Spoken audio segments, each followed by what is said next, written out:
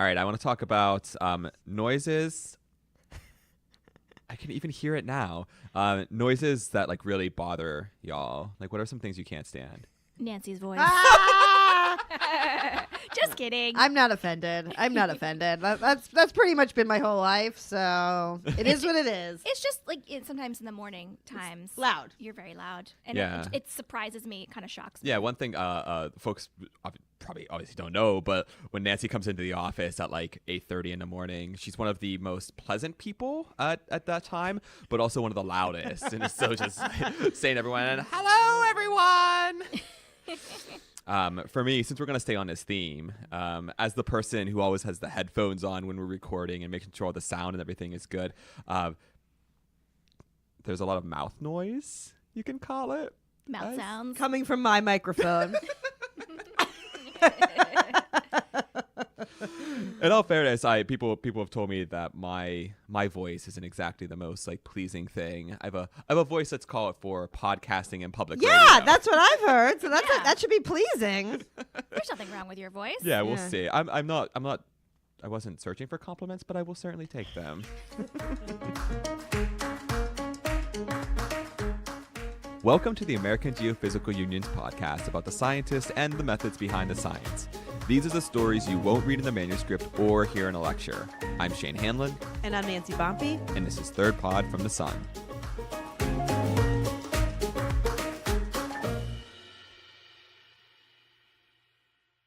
Okay, so we're not here to talk about Nancy's voice. No? Maybe not.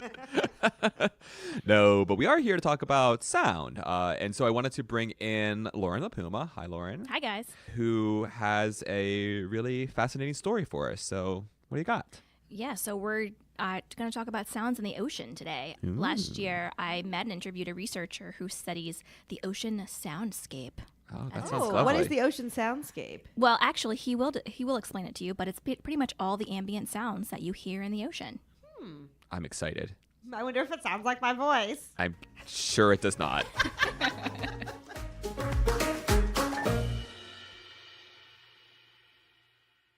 My name is Joe Haxel. I'm an assistant professor at Oregon State University, affiliated with the NOAA's Pacific Marine Environmental Laboratory Acoustic Program, and I'm based out of Newport, Oregon at the Hatfield Marine Science Center. My specialization is in ocean acoustics.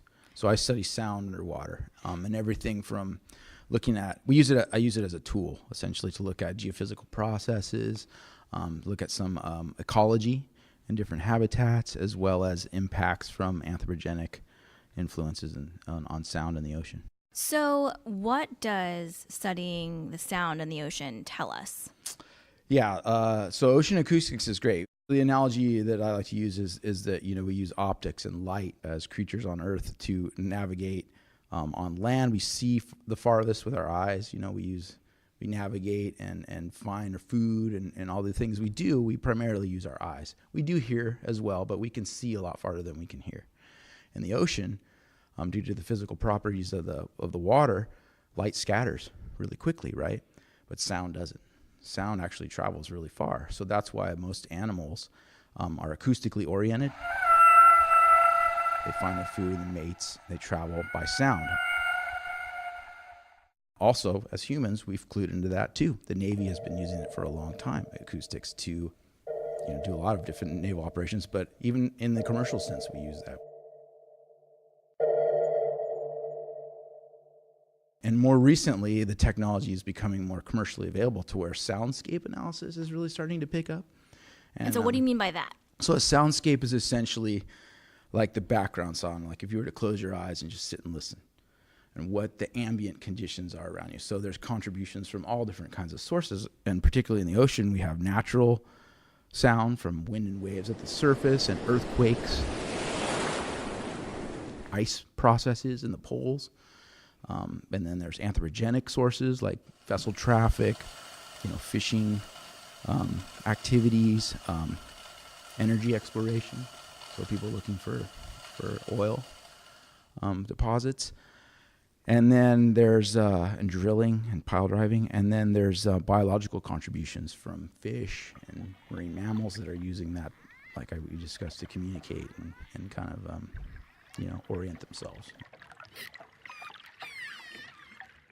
So how do they record these underwater sounds? Well, they actually just use an underwater microphone. That makes sense. Yeah. Yeah. It's called a hydrophone. It's basically, a waterproof microphone, and it's attached to a buoy so they can find it on the surface, and they can leave it out there for a long time to record things over time, or they can just get a snapshot of what they're hearing. I bet when they leave it out there, they hear all sorts of interesting things. Oh my gosh, I cannot stop thinking like Little Mermaid. Just like under the sea, under the sea. Look at this stuff. Isn't it neat? I still know every lyric to that I song. think I do too. Mhm. Wow, we'll have to have Yep. a lyric, like a Sing along? sing-off. Ooh, a sing-along one day. Oh goodness, listeners, stay tuned for that one. Yeah. But in the meantime, weird sounds. What's kind of like the weirdest sound you've ever recorded? Oh, weird sounds. I would say the whales kind of make the weirdest stuff for me. Or actually fish. Fish make some really funky sounds too. Like you what? think these little fish, there's a fish called a midshipman. It does this Why is growl. That's so weird. And it's found in the Gulf of Mexico pretty extensively, but they can chorus and get really loud, and they growl. It's and it's not a very big fish, but it's really low frequency and strong and loud. It's pretty impressive. The other thing is the blue whales, right? The blue whale, we were fortunate. This is a cool story. So typically blue whales vocalize, their fundamental frequency that they put out is really low. It's actually below what we can easily hear. Mm-hmm. So oftentimes when you hear things that people play that are blue whale, they have to speed them up. We were lucky. We had recorders out off of Uquinna Head in Newport, and a blue whale came in probably within a kilometer or two of our recorder and was calling. And so it gave us this unprecedented, clear, awesome recording of a blue whale that you can hear without speeding up because it has the harmonic pieces in it that normally drop out as it propagates. Mm. So we have this fantastic recording that we can play for people to listen. And if you have it, the right speaker system, which doesn't take that big of a subwoofer, but you can shake the lights in a room quite easily. Wow. With this call. So That's people awesome. hear it and there's nothing that sounds like that. And so, I can only imagine in my head being in the ocean and hearing that. The thought must be, whoa, what is that? The Yeah. Starship Enterprise just came into the area, or something like that. I don't know. Something else that colleagues of mine have pointed out, and I saw it at a totally different experiment on the Oregon coast, is crabs actually come and rub their shells on your stuff. What do you mean? And it makes noise. Like on your equipment? Yeah, like so Dungeness crabs scratch their backs essentially.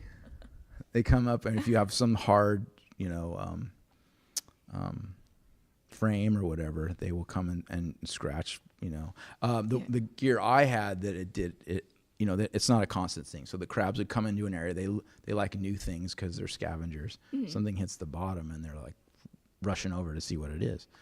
And then they would scrape and rub and scrape, and then it would kind of go away after a few daes. What does that Rubbing sound and like? scraping Really? sound.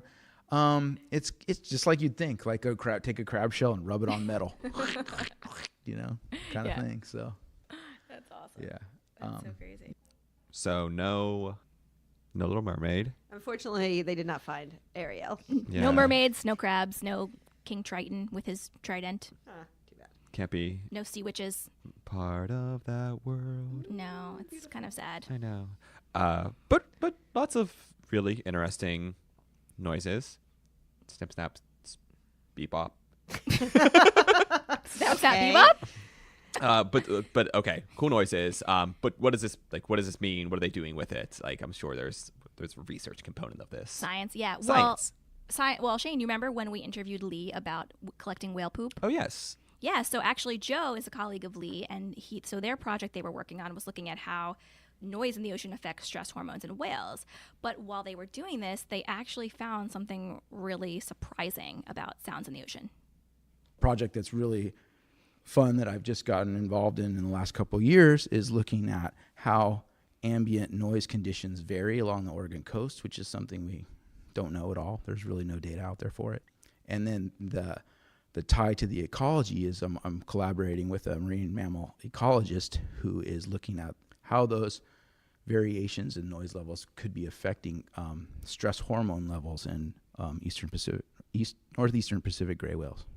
This year, we put some gear out that we wanted to capture the time signature of the noise levels, and so we put out these longer term recorders that could record through all kinds of different weather conditions, as well as vessel traffic conditions, and really get the time signature of what the noise. So how it changes over time. Exactly. What did you guys find when you started listening to the recordings? We found something that was really surprising. The drifting hydrophone, as it was going over some areas that we were expecting to be very quiet because they were not around any kind of vessel, activity.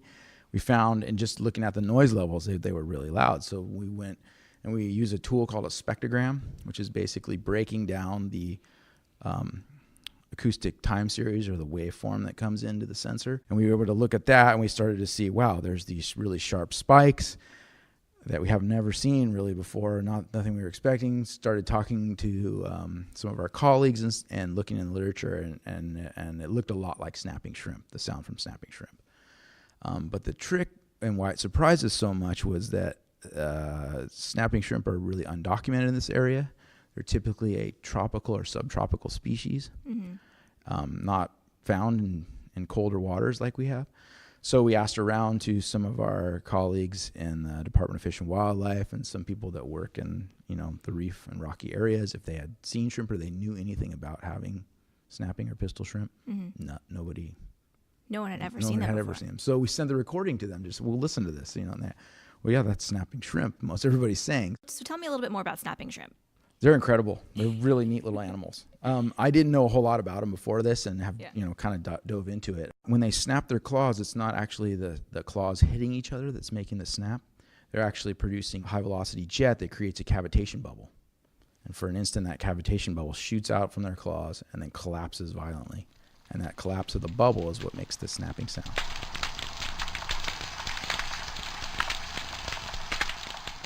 Think of like a ship with a propeller going around on the bottom, and it's going faster and it's making bubbles, and that's part of what we hear when we're listening to ships and things like that. So it's just a bubble of air.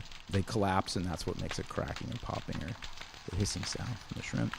Within that bubble, that cavitation bubble, there's a flash of light that happens. They were actually able to record, some researchers that used high-speed cameras back in 2001. And with high-speed camera technology, they were able to record. They were stimulated the shrimp to snap and then got this image of the bubble coming out, collapsing, and there was a flash of light that occurred in that bubble.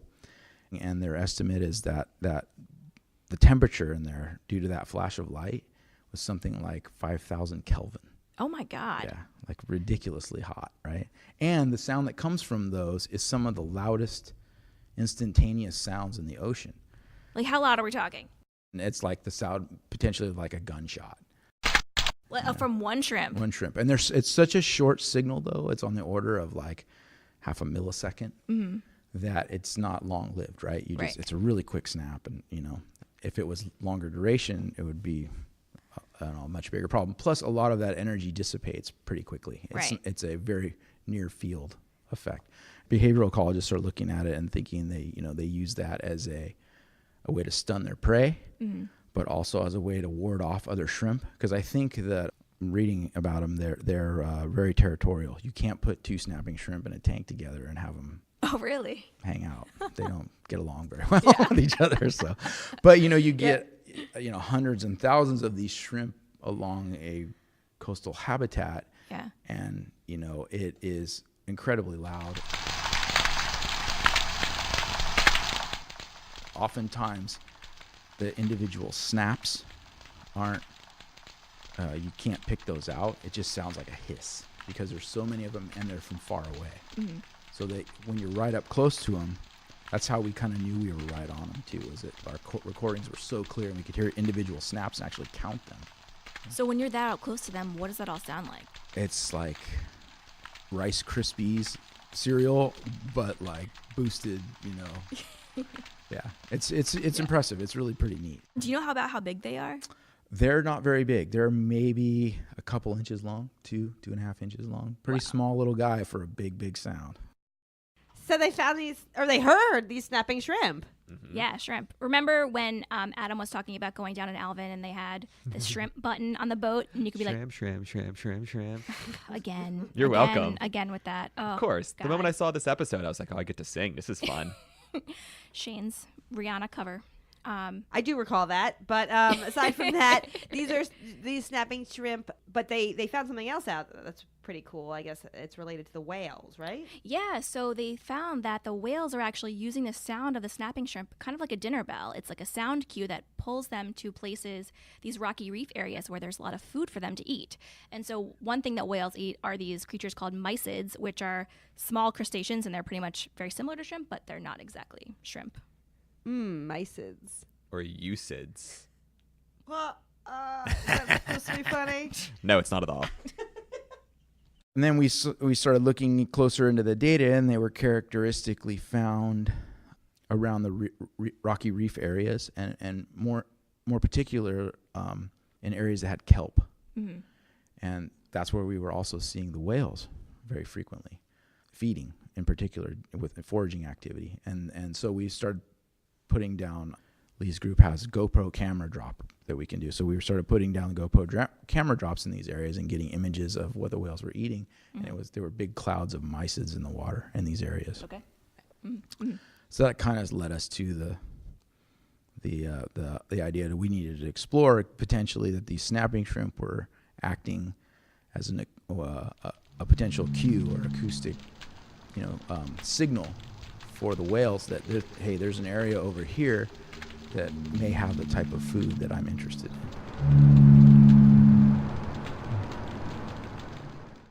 The whales are acoustically oriented, like I mentioned. I think they are feeding around the clock, 24 hours a day, in nighttime and everything. So they're using some type of cue to be able to find this food, and they're really good at figuring out where food is. And the prey is really patchy. It's not like they go out and there's just big cloud layers of mysids all over the place. They're typically found in these little pockety areas, and I think around kelp in particular because it helps them hide in the coastal zone. So they're finding these guys somehow. It probably isn't the only way they're doing it, but the acoustics is definitely a strong sensory mechanism for them. So, they use sound to do a lot of different things. So this could, this kind of pushed us in this way that, there's something to this signal that's so loud in this area and is associated with a particular habitat where we're finding the whales a lot. So you were totally surprised to see snapping shrimp there. They've never been seen off the Oregon coast. Is this the first time they've been seen this far north? Yes. Wow. So that was interesting. That is another interesting part of this is that, that opens up a whole nother suite of questions. Is that have they always been here? And which I would doubt, because I think somebody, there aren't a lot of recordings, obviously acoustic recordings, but the Navy has been working with snapping shrimp for quite a while. That's where a lot of the history of the research was, because they were hearing this snap and hiss through their submarines. And, sonar techs were saying there's something out there that's messing up everything we're looking at. Yeah. So the Navy put in a significant amount of money to research snapping shrimp, and that's where a lot of the literature comes from already. The next step we need to do is trap some of these guys, figure out what species we're dealing with, and I think that will give us clues as to what we're seeing. Are they snapping shrimp that have moved north, as a lot of species are kind of being seen to do? The pelagic species and whatnot are being found a lot higher latitudes. Mm-hmm. Is that part of it, or are they a species from the Western Pacific that may have come over with marine debris or something, or we don't know. So that's why we got to catch them, figure it out. Yeah, that's the next step. Yeah, got to catch them. Yeah, so I mean, like sound, there's all kinds of stuff that can be looked at with sound. Once you have the basics and you have the tools and you have the understanding of how, sound works in the ocean, you can apply it to a ton of different things. So I wonder if they could use the sound of my voice to do science experiments. What's the opposite of a dinner bell? Good one. Your voice just makes everyone run away. I had to redeem myself from earlier. That's a good one. That's a good one. All right. Well, that's all, folks, from Third Pod from the Sun. Thanks so much to Lauren for bringing us this story, and of course to Joe for sharing his work with us. This podcast is also produced with help from Josh Spicer, Olivia Ambrosio, Katie Brundle, and Liza Lester. And thanks to Kayla Suri for producing this episode. We'd love to hear your thoughts on our podcast. Please rate and review us on iTunes. Listen to us wherever you get your podcasts. And, of course, always at thirdpodfromthesun.com. And one more note, we're actually collecting stories about funny fieldwork stories, failures, when things just didn't go quite as they had planned. So if you have a funny story, email us at news@agu.org. Tweet at us, call us, hunt us down on the street, whatever. We're Googleable. And you could find yourself on this podcast. Thanks all, and we'll see you next time.